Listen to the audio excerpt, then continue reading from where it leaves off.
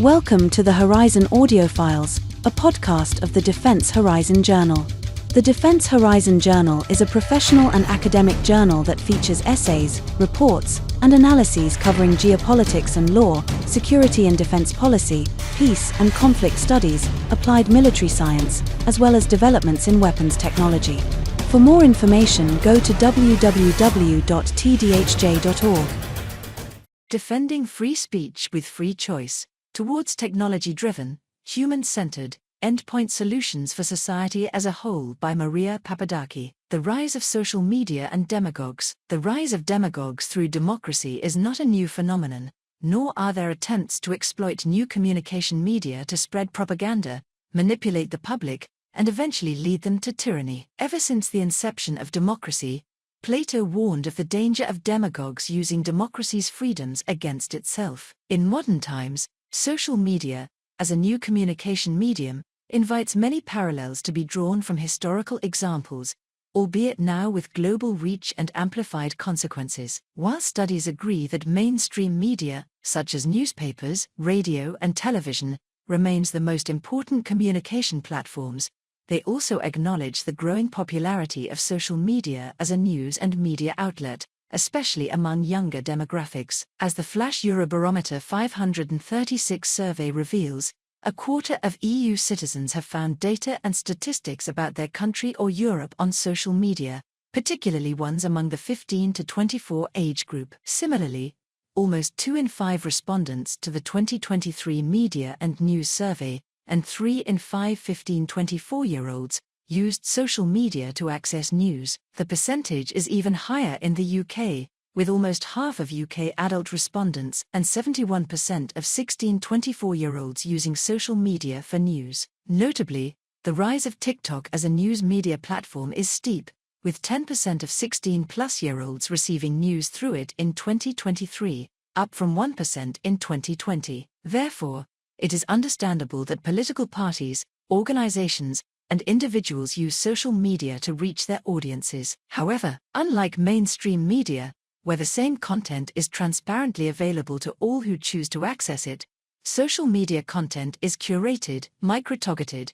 promoted or suppressed by opaque platform algorithms, often irrespective of user choice. This limits accountability and opens the door for demagogues who seek to manipulate and polarize through disinformation. Despite the challenges of auditing, disinformation tracking software, such as that developed by researchers at Trollrensics, has been developed. It found coordinated networks used to flood social networks with disinformation during the 2024 European elections, particularly in the interests of far-right parties. Analysis of 2.3 million posts in France, Germany, Italy, and the Netherlands revealed 50,000 accounts spreading disinformation, 1 in 5 posts. Mentioned far-right French politician Eric Zemmour, and 1 in 10 German posts about Alternative for Deutschland party, came from disinformation accounts. With 3 billion people across the world expected to vote in elections in 2024 and 2025, it is perhaps no surprise that disinformation was identified by the World Economic Forum, WEF, as the most severe global risk over the next 2 years. WEF also confirms the strong links between disinformation and societal and political polarization, interstate violence, and erosion of human rights. Democracy and human rights, including free speech, are particularly important values to Western societies. From disinformation to polarization and cognitive warfare. In addition to attempting to sway elections in favor of autocratic candidates, the broader role of disinformation in cognitive warfare should be considered. Professor Miller recognizes disinformation and sophisticated psychological manipulation techniques as key features of cognitive warfare. Heavily reliant on social media platforms, cyber technologies, and AI, these techniques remain closely interlinked and aim to cause confusion, societal polarization, mistrust, anger, and hatred towards Western governments, organizations, communities, or opposing individuals. The war in Ukraine has provided ample examples of the role of disinformation/FEMI in cognitive warfare, and how Ukrainian forces have adapted their defenses accordingly. Arguably, allowing these threats to proliferate could lead to the rise of extremist, far-right, and misogynistic movements, which could threaten human rights. Some early indications can be seen in a study by King's College London and Ipsos, which showed that younger male participants expressed more negative views towards feminism than their older counterparts. Andrew Kong, a former TikTok analyst, revealed the differences in content recommendations that teenage girls and boys would receive, irrespective of their choices. Teenage boys would be shown violent, misogynistic content, while girls would be shown content on music or makeup. A further study by NPCC has indicated a notable rise in the number of crimes against women and girls in the UK, which may be linked to the radicalization of men by social media influencers promoting misogyny. As a result, they have since upgraded gender-based crimes to a national threat, akin to organized crime and terrorism. An example of disinformation fueling violence and extremism can be observed after the killing of 3 children in Southport, UK, in July 2024. Despite the UK authorities publishing the details of the suspect, who was born in the UK, the crime had already been attributed to immigrants through disinformation from foreign-owned websites. The false association between immigration and violent crime has had the unfortunate effect of mobilizing far-right groups, which resorted to attacking immigration support structures across the country. There was a particular focus on Muslim and refugee communities, which led to attempts to incite anger, violence, anxiety, and fear across society. It would be premature to attribute this disinformation incident to FIMI actors at the time of writing. Nevertheless, despite any intent or attribution, its effects were real, and this relationship should be acknowledged. The 2NDE's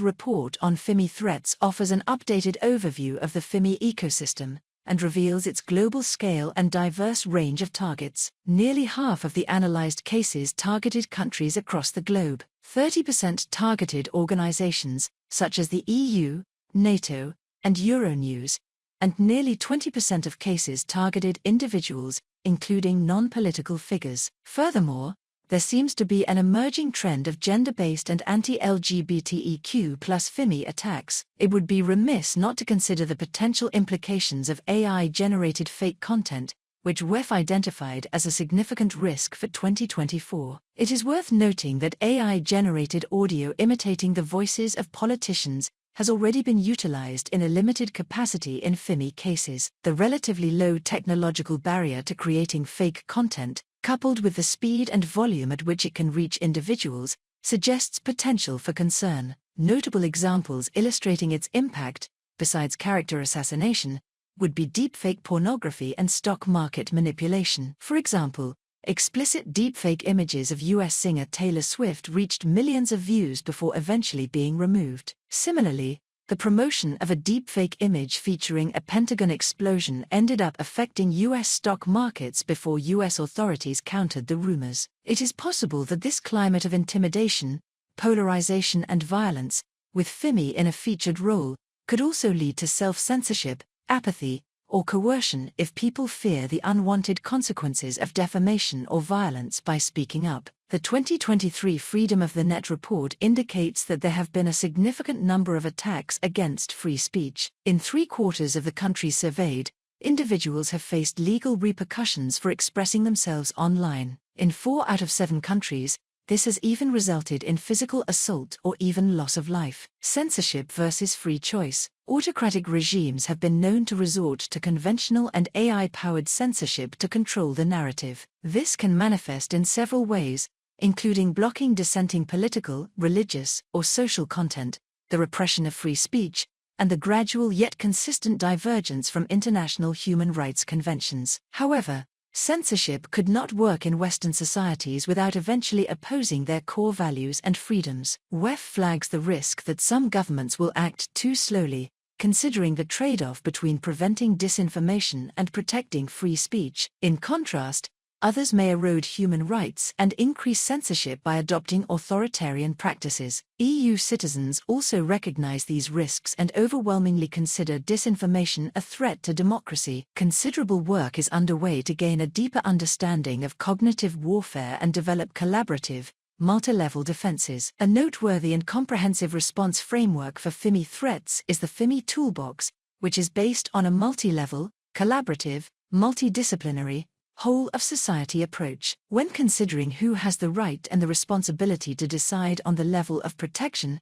there are several stakeholders, each with distinct responsibilities. While it is within the authorities' power to define, regulate and block patterns of illegal activity, there is still scope for further protection, which could fall under the responsibility of individual citizens, should they choose to utilize them. User susceptibility to fake stories. Mertens et al. Designed the Misinformation Susceptibility Test, MIST, to understand the scale of human error in identifying fake stories. After surveying approximately 1,500 US citizens, it was found that 2 out of 3 news stories could be correctly identified. However, younger adults and those relying on social media for their news were less successful. Meanwhile, the Eurobarometer survey, conducted in the EU, indicates that 30% of surveyed EU citizens are not confident in recognizing disinformation. Confidence level decreases with age and increases with the level of education. A UK-based Ofcom survey reported similar levels of uncertainty, where 1 in 3 UK internet users were found to be unsure or unaware of the truthfulness of online information. It is also worth noting that a small subset, 6%, even believed everything online was unquestionably true. It would be fair to say that the error or uncertainty levels are high, particularly when considering the error rates of another human-related threat, phishing. While not directly comparable threats or studies, the 2024 Verizon Data Breach Investigations report might still be worth considering, which suggests that phishing click rates ranged from 3 to 10% over the past 8 years. To reduce error rates, it might be helpful to consider the potential impact that education could have. In the case of phishing, Spitzner empirically suggests that initial click rates at the outset of an organization's journey towards raising awareness could typically range between 25 and 30% before eventually dropping to less than 5% within 18 to 22 months. Awareness and education could highlight cognitive biases and emotional manipulation, and encourage critical thinking, allowing humans to spot warning signs of unusual, unexpected attacks. It is also worth acknowledging the wider range of complementary multilayer technological approaches that could contribute to reducing the threat space through automation and, ultimately, the likelihood of human error by encouraging users to adhere to security norms. These could include email content filtering, blacklisting of known accounts, email origin authentication and validation, in the form of DMARC, DKIM, and SPF. Returning to FIMI and disinformation, it would be useful to consider how AI and human-centric security could help to reduce the likelihood of human error, assuming user consent is present. This could involve reducing the threat space, the cognitive load of distinguishing the legitimacy or authenticity of stories, and the technological gap between humans and technological controls.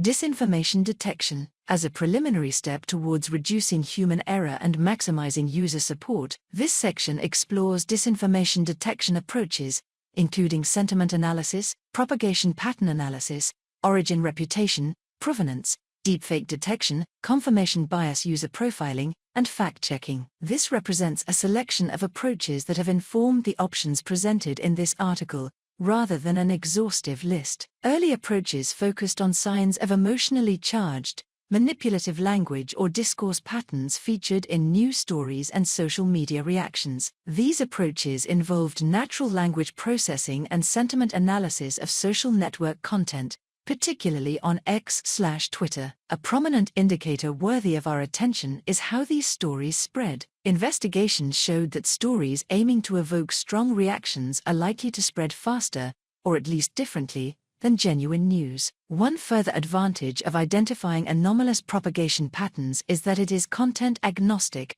which makes it more easily applicable to multilingual environments. Graph neural networks, or temporal graph networks, can be particularly effective at indicating signs of rapidly growing news stories, even adjusting to evolving propagation patterns. Similarly, it might be possible to identify the anomalous behavior of bot accounts spreading disinformation as a basis for informing their reputation. Initiatives, such as the Coalition for Content Provenance and Authenticity, C2PA, could go even further by cryptographically signing media content to verify its source and editing history. The presence of provenance information, or even the lack of it, could help to improve trust in the authenticity and origin of image, audio, or video content. Deepfake detection aims to identify anomalous effects caused by the editing processes of AI-generated software. In deepfake videos, such inconsistencies may be observed in movement or misalignments of key facial points,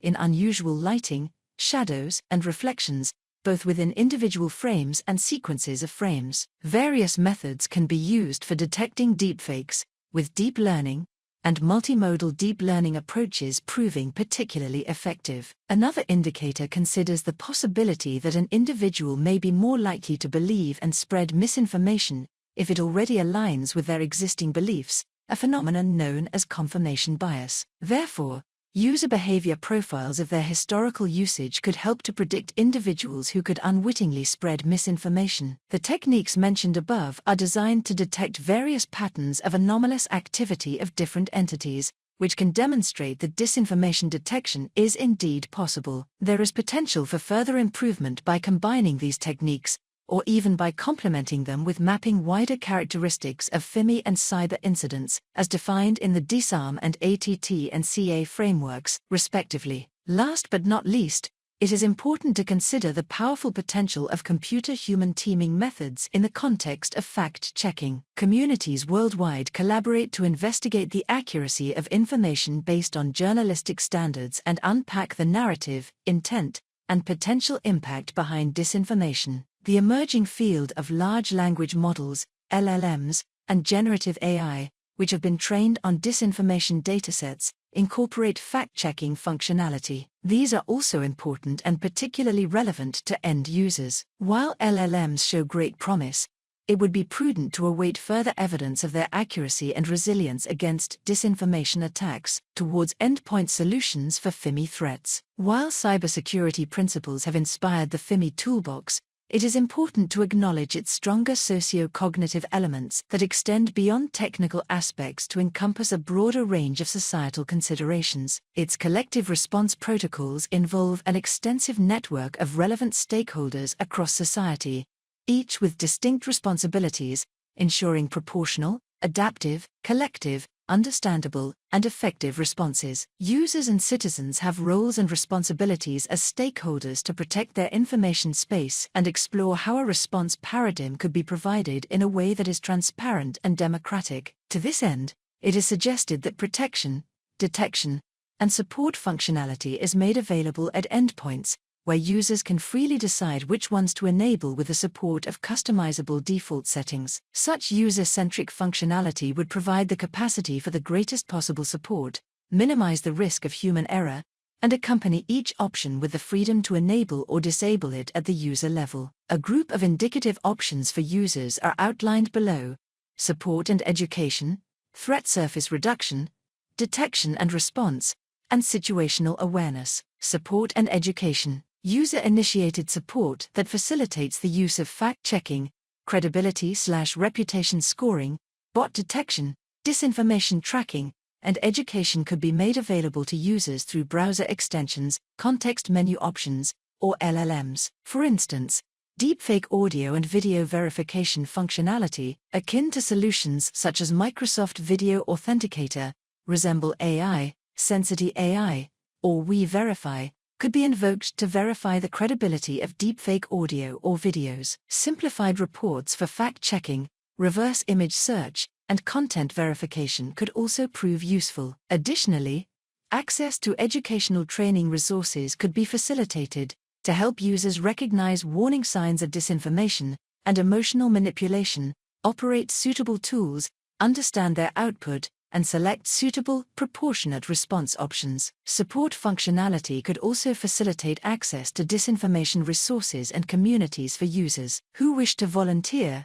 connect, or report suspected threats. Threat surface reduction. Options for reducing the threat surface could include automated countermeasures for known threats that users would prefer not to see regularly. Several countermeasures could potentially be employed, such as highlighting flagged content, filtering it, replacing it with its authentic alternative, or saving it to a secondary alternative location for future review, similar to spam folders for suspected junk email. For instance, the default setting might be configured to automatically filter content associated with known disinformation accounts. However, a user might also filter out deepfake political content or content featuring violence and extremism. Another user might want to redirect political content that lacks verified origin to a secondary location for later review. To avoid undue technological barriers, customizable default recommended settings and user-friendly interfaces that encourage proportionate and appropriate threat reduction would be beneficial, regardless of the social media applications used. Detection and response. The detection functionality could focus on identifying residual activity and more subtle warning signs of novel disinformation threats. Such instances could be reported to the user,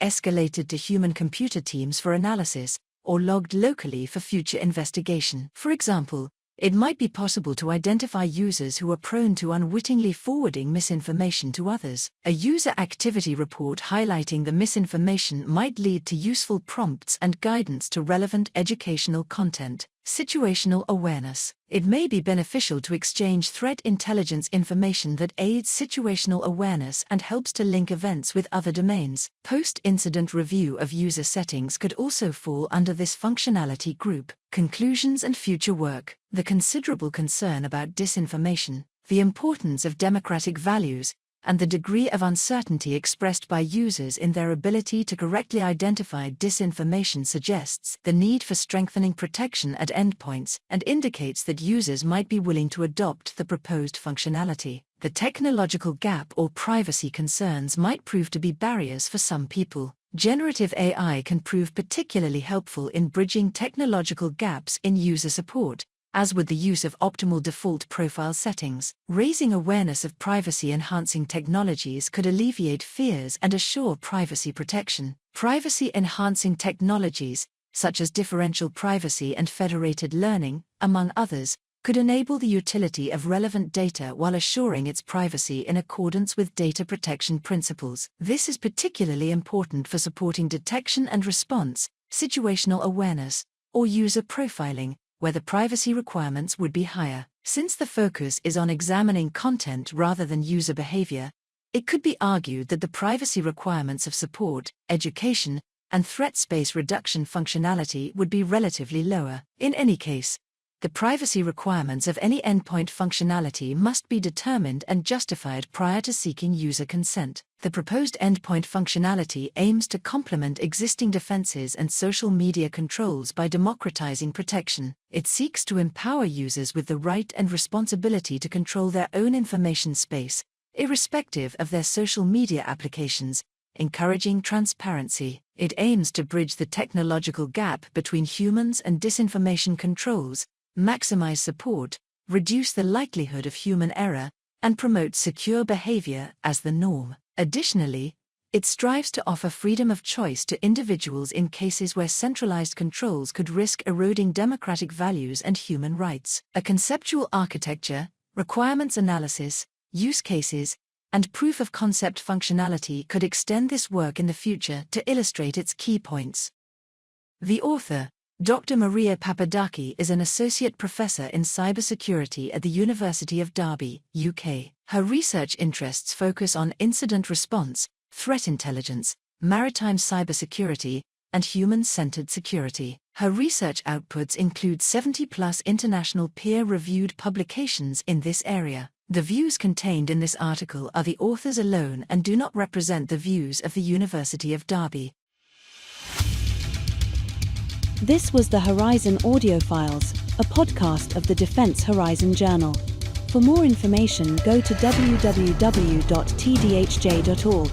Thank you for listening.